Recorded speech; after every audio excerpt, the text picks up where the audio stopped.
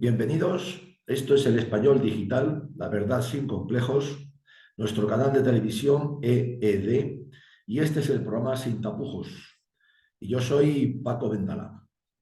Vamos a grabar el segundo capítulo dedicado al conflicto de Ucrania. En el anterior vamos a hacer un pequeño repaso. Vimos cómo se iba gestando este conflicto. Ahí lo tenemos. Primero la Guerra Fría, todo el mundo dividido en dos. La OTAN se genera en 1949, el Pacto de Varsovia en 1955 como respuesta a la OTAN. La OTAN es anterior, cuidado, es importante. Cae la Unión Soviética, se disuelve el Pacto de Varsovia en el 91, pero no se disuelve la OTAN. ¿Por qué? No lo tendrían que explicar todavía. Ya dijimos que evidentemente es porque la OTAN es una herramienta fundamental de los intereses de Estados Unidos. Estados Unidos aporta el 70% de su presupuesto, por lo tanto, no hay quien le tosa. En ese mismo año se produce un referéndum de independencia en Ucrania porque no quiere adherirse a la Federación Rusa que se está formando. Hoy le llamamos Rusia para simplificar Rusia. ¿Qué es Ucrania? Ya dijimos que Ucrania es un mosaico, no es un país unitario. Digamos que está dividido prácticamente en dos. Su zona de centro al oeste es netamente ucraniana, pero su zona desde el centro hacia el este, hacia Rusia, pues es rusa de lengua, de etnia y por supuesto de sentimientos. Eso es algo que también hoy día se oculta. De ahí en parte este problema. En el periodo 91-2010, pues Ucrania vive en una inestabilidad política y económica bastante grande. En el 2000 llega Putin al poder. No nos olvidemos que Putin coge a Rusia bastante decaída y lo que hace es poner orden en ella en el interior, empezar a hacerla renacer porque tiene una vocación de potencia que por otro lado le corresponde. Es el país más grande del mundo, sus recursos son inmensos y otra cosa es que el comunismo la dejó arrasada, pero eso no quiere decir que no tenga esa potencia y esa posibilidad de ser una potencia más del mundo. En el 2010 eligen democráticamente a Yanukovych. Yanukovych lo que ocurre es que es un presidente que opta por la neutralidad. ¿Entre quién? Entre Rusia y entre Occidente. Es prudente. Él ve que ni unos ni otros van a luchar por sus intereses, sino que unos y otros tienen intereses en Ucrania. En final, ¿qué pasa? Pues que el pacto lo va a pagar Ucrania. ¿Esto qué es lo que ocurre? Pues ocurre que en el 2010 se construye también el Nord Stream. El Nord Stream es una cosa muy importante y es que suministra gas desde Rusia hasta Alemania. De tal manera que Alemania adquiere un gas seguro, directo y además a un buen precio y encima se convierte en distribuidor de ese gas a Europa. Tanto el problema, digamos, a Estados Unidos hasta ese momento hay dos cosas que le empiezan a inquietar. Una es el renacer Putin de Rusia. Otra es esto que hemos dicho, que Rusia se convierta en el principal suministrador energético de Europa. Y también, no cabe duda, que esa expansión que ha habido de la OTAN hacia el este, pues quiere llegar a formalizarla y para ello Ucrania pues es, digamos, casi la última baza. ¿Qué es lo que ocurre entonces? Pues Yanukovych empieza a tener contestaciones que parecen que son espontáneas, pero que en realidad ya sabemos que estuvieron manejadas, impulsadas, excitadas por el propio Estados Unidos. Para ello, cuando en el 2014 se da el golpe de Estado contra Yanukovych, el famoso Euromaidán, no cabe duda que ahí está la mano de Estados Unidos y lo reconoce la propia Victoria Nuland, que entonces era secretaria de Estado norteamericana para asuntos europeos, cuando dice aquella famosa frase grosera, por otro lado, de que se joda la Unión Europea, a contestación del aviso que le da el embajador norteamericano en Moscú cuando le dice, cuidado, que esto del golpe de Estado en Ucrania, aquí van a saltar chispas. Y en Europa tampoco gusta porque empiezan a ver que hay un conflicto en ciernes. Pues bien, a Estados Unidos les da igual, dice que se joda la Unión Europea, ojo, no dice Rusia, sino la Unión Europea, que somos nosotros, y sigue el asunto. cuando se produce el golpe de Estado de Yanukovych y ponen a Poroshenko, como se ve lo que se vienen encima los habitantes prorrusos, rusos de lengua, de etnia y de sentimientos de las regiones de Donetsk y Lugansk, que hoy día se llaman el Donbass, estos a su vez se levantan. Ya había habido enfrentamientos graves desde 2008, pero ahora se produce una guerra total. ¿Por qué? Porque con Poroshenko las fuerzas armadas ucranianas intentan someter esas revueltas en el Donbass, cosa que además no va a conseguir a pesar de sus esfuerzos. Lo que sí es que se dan una cantidad de crímenes por parte de las fuerzas ucranianas, algunos también por parte de los, digamos, separatistas del Donbass, y aquello se convierte en una verdadera carnicería que hoy también se olvida. Llegamos entonces también en el 2014 a una cosa muy importante. Ante esa situación de crisis, de guerra, ¿qué es lo que se hace? Pues se negocia y se llega a los acuerdos de Minsk. Los acuerdos de Minsk, que son firmados por parte de Ucrania y de Rusia, por parte de Poroshenko y por parte de Putin, están amparados por Alemania, Merkel, Francia y la Unión Europea. Los acuerdos de Minsk ya vimos que prácticamente se reducían a que Ucrania debería reconocer una cierta administración autónoma en el Donbass y, desde luego, parar su genocidio que está llevando perdón, contra los habitantes de esa zona. Evitar su ucranización, etcétera, etcétera. Bueno, eso se firma y hoy sabemos por declaraciones de los auspiciadores de esos acuerdos de Minsk, Merkel y Poroshenko, Merkel alemana, Poroshenko, el presidente ucraniano que los firma, que ellos los firmaron pero solamente como una treta para ganar tiempo. Es decir, ganar tiempo para que tanto Ucrania como la OTAN se prepararan para un conflicto bélico. Es decir, engañaron a Putin. Esto es muy importante. Putin se siente amenazado primero por la expansión de la OTAN hacia el este, que se le prometió en el 91 verbalmente por James Baker, secretario de Estado norteamericano, que no se iba a producir, y resulta que para el 2014 ya está a sus puertas. Solamente le queda Ucrania y luego Finlandia y Suecia, que se mantienen neutrales. Primera amenaza. Segunda amenaza. Él sabe que a los Estados Unidos no le gusta que empiece a coger vuelo con Putin y mucho menos que sea pueda ser el principal suministrador de energía a los países europeos. Y tercero, es que empezamos ya con que Ucrania, con Poroshenko, mira hacia Occidente y no solamente está pasando a cuchillo a los habitantes prorrusos del Donbass, sino que además ya empieza a hablar de su adhesión a la OTAN y a la Unión Europea. Adhesión a la OTAN que supondría que la OTAN se queda en las mismas fronteras de Rusia, bases y demás. Es decir, ¿qué es lo que ocurre con Putin? Se siente amenazado, se ve que no se respeta y entonces poco a poco va viendo cómo Ucrania va dando más pasos para esa integración en la OTAN. ¿Que tenía derecho como Estado soberano? Sí, pero miren, en esta vida yo puedo tener derecho a ir por la noche por el Parque del Retiro con un maletín lleno de billetes y encima transparente, pero no es prudente. Una cosa son los derechos y otra cosa es la prudencia, la inteligencia a la hora de ejercer esos derechos. Y entonces llegamos al 2019, donde unas elecciones generales le dan el poder a Zelensky, un 70% del electorado lo elige como presidente, pero con una curiosidad, que en la zona, digamos, este prorrusa, Zelensky no logra ni mucho menos esos resultados. Y Zelensky ya se sabe quién es un ultranacionalista, es un radical y lo ha dicho claramente. Él lo que va es a aplastar por completo al Donbass y desde luego a entrar en la OTAN y la Unión Europea. Y eso es lo que coma el vaso de Putin.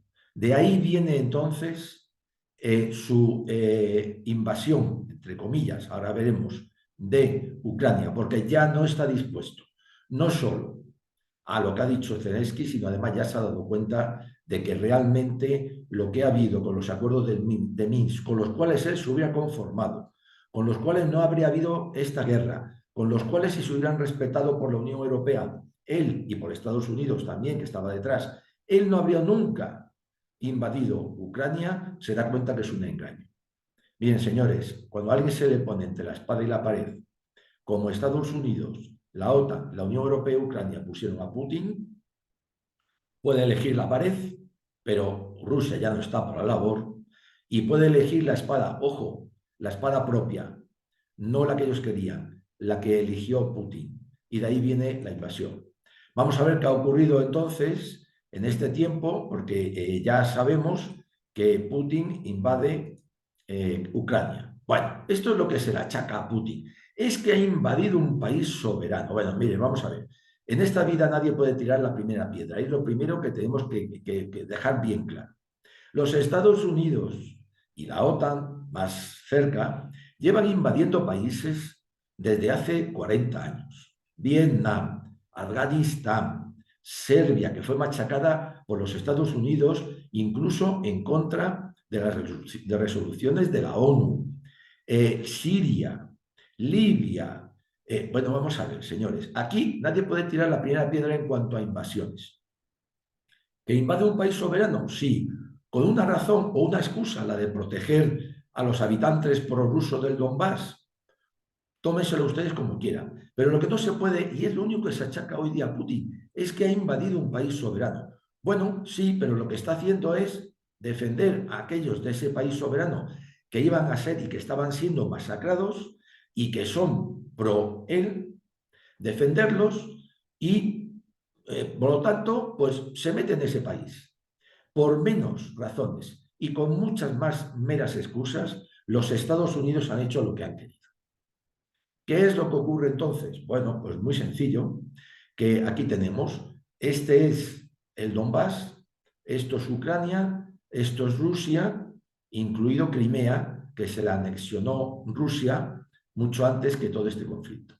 ¿Qué es lo que hace Putin? Pues Putin desarrolla una ofensiva de libro y una ofensiva perfectamente preparada y perfectamente desarrollada. Desde Bielorrusia, que está aquí arriba, es un aliado natural y lealísimo a Rusia.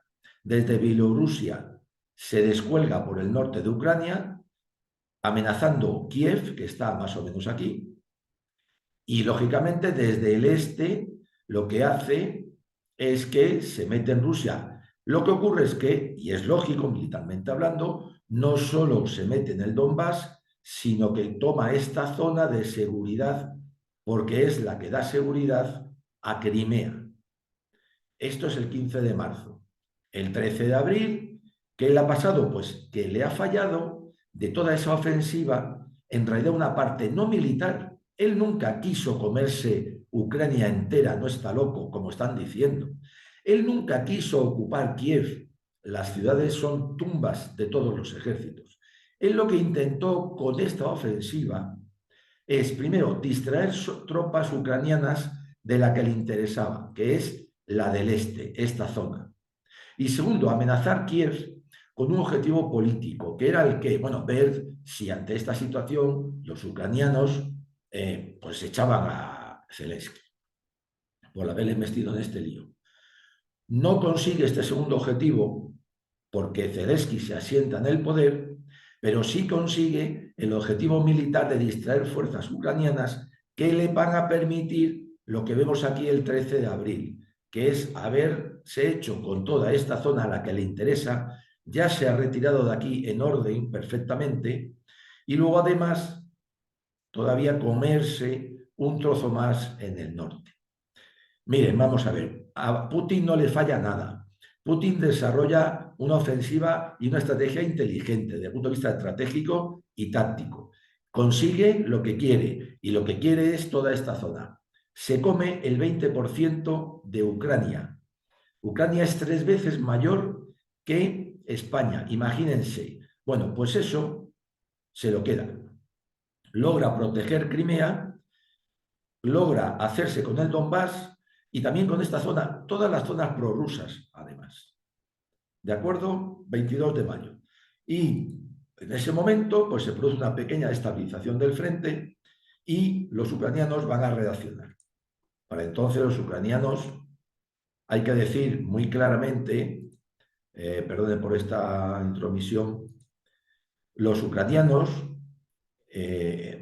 se nos ha ido este mapa. Vamos a verlo si lo recuperamos. Los ucranianos lo que sí, para entonces se dan cuenta de otra cosa también importante, y es que han resultado también engañados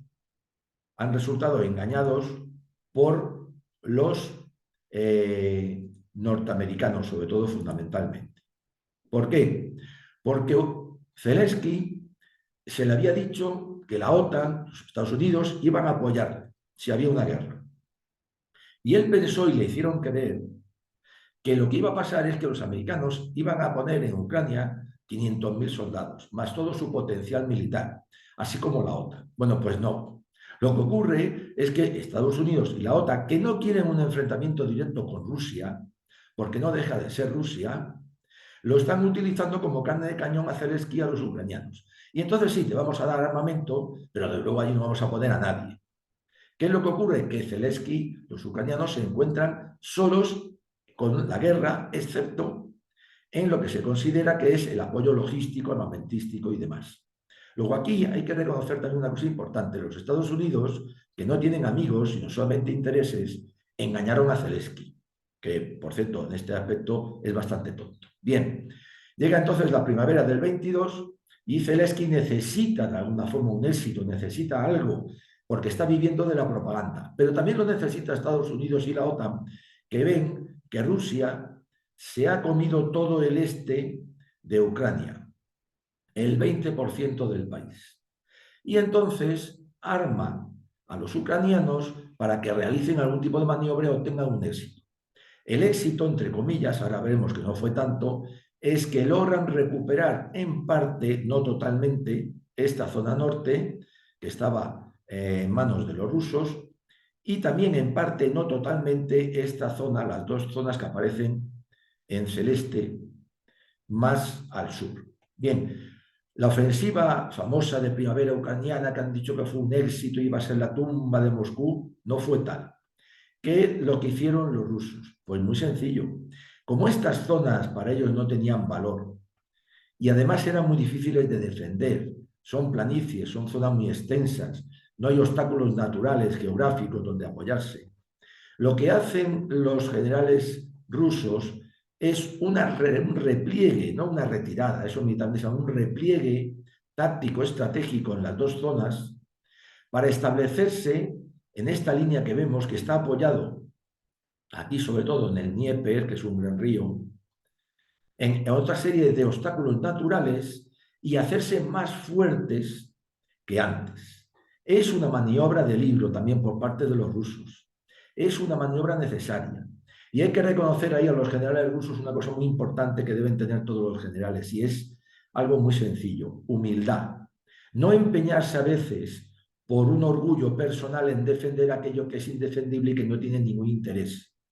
Como le está ocurriendo, y ahora veremos, a Zelensky con Bakhmut, una ciudad que, aunque tuvo al principio un interés estratégico grande, ya no lo tiene, y en la cual se está desangrando las fuerzas armadas y los jóvenes ucranianos solamente por el empecinamiento de Zelensky, por su orgullo, su soberbia personal, la que no tuvieron los rusos ni Putin, que no les importó ceder aún a pesar de la, digamos, contrapropaganda que suponía para ellos estas dos zonas. Luego, no hubo por parte de Ucrania una victoria, sino que la victoria fue de los rusos, que supieron replegarse a tiempo.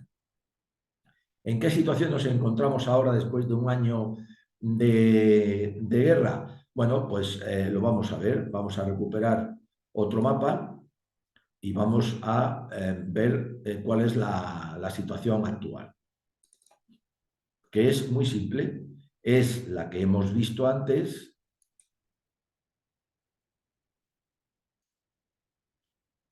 Vamos a sacarla de aquí.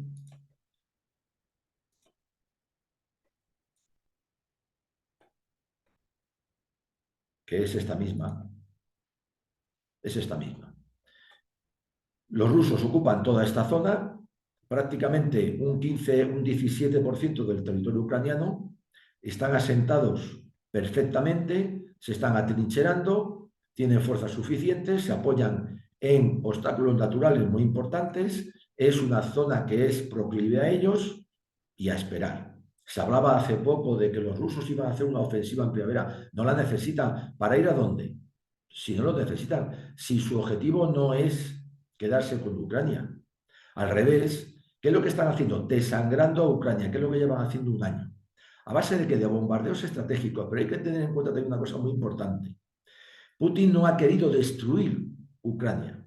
De hecho, al principio ni siquiera bombardeó infraestructuras que pudieran afectar a la población civil. Se limitó a objetivos netamente militares. ¿Qué es lo que ocurre cuando ha empezado a bombardear algún tipo de infraestructuras que pueden afectar a los civiles? Bueno, pues cuando el empecinamiento de Zelensky en no iniciar unas conversaciones, pues se ha visto claro. Entonces, ¿qué es lo que quiere? Bueno, pues entonces te voy a desangrar. ¿Qué es lo que está haciendo? Desangrando también a las fuerzas armadas ucranianas. Hay muchos datos inconexos, pero el más aceptado es hoy día que por cada 7 bajas que sufren los ucranianos, los rusos están teniendo una, tal vez 2. Bajas me refiero muertos y heridos, heridos recuperables o no recuperables. Y después, en material, lo mismo. Es tremendo. Ucrania se está materialmente desangrando porque Putin y sus generales están aplicando una técnica de desgaste que es también de libro. No hay, es muy difícil echar a los rusos de aquí. En todo caso, se corregirán un poco los frentes. En todo caso, habrá pequeños avances o repliegues de unos o de otros. Pero Ucrania, en la situación que se encuentra ahora, y además, con el desgaste que está sufriendo en hombres y el desgaste en material, más el desgaste que tienen también la OTAN y los Estados Unidos, yo creo que no tiene fuerza suficiente. Ahora se habla de una ofensiva en primavera. ¿Para qué? ¿Para recuperar todo este terreno? Ni hablar. Estamos hablando de Rusia, ¿eh? No estamos hablando de un país mediano. Así estamos ahora, cuando se graba este vídeo, en abril de 2023. Se anuncia una nueva ofensiva que dicen definitiva para Ucrania. Desde luego va a ser definitiva, porque si la hace, que yo todavía hoy por hoy lo dudo, yo creo que no va a tener fuerza suficiente. Y entonces va a ser un fracaso. A partir de ese momento ya no le va a quedar posibilidad ninguna de realizar ninguna otra. Los rusos, en cambio, que ya se ha dicho muchas veces, llevamos un año oyendo, no, es que Putin ya no tiene fuerzas, es que ya no tiene hombres, su desgaste, no es capaz de reponer los carros de combate, etcétera, etcétera. Bueno, pues Rusia sigue ahí, señores. Aquí hay un problema de desinformación de todos los medios occidentales, que nos están engañando. Hay que ver las cosas con objetividad.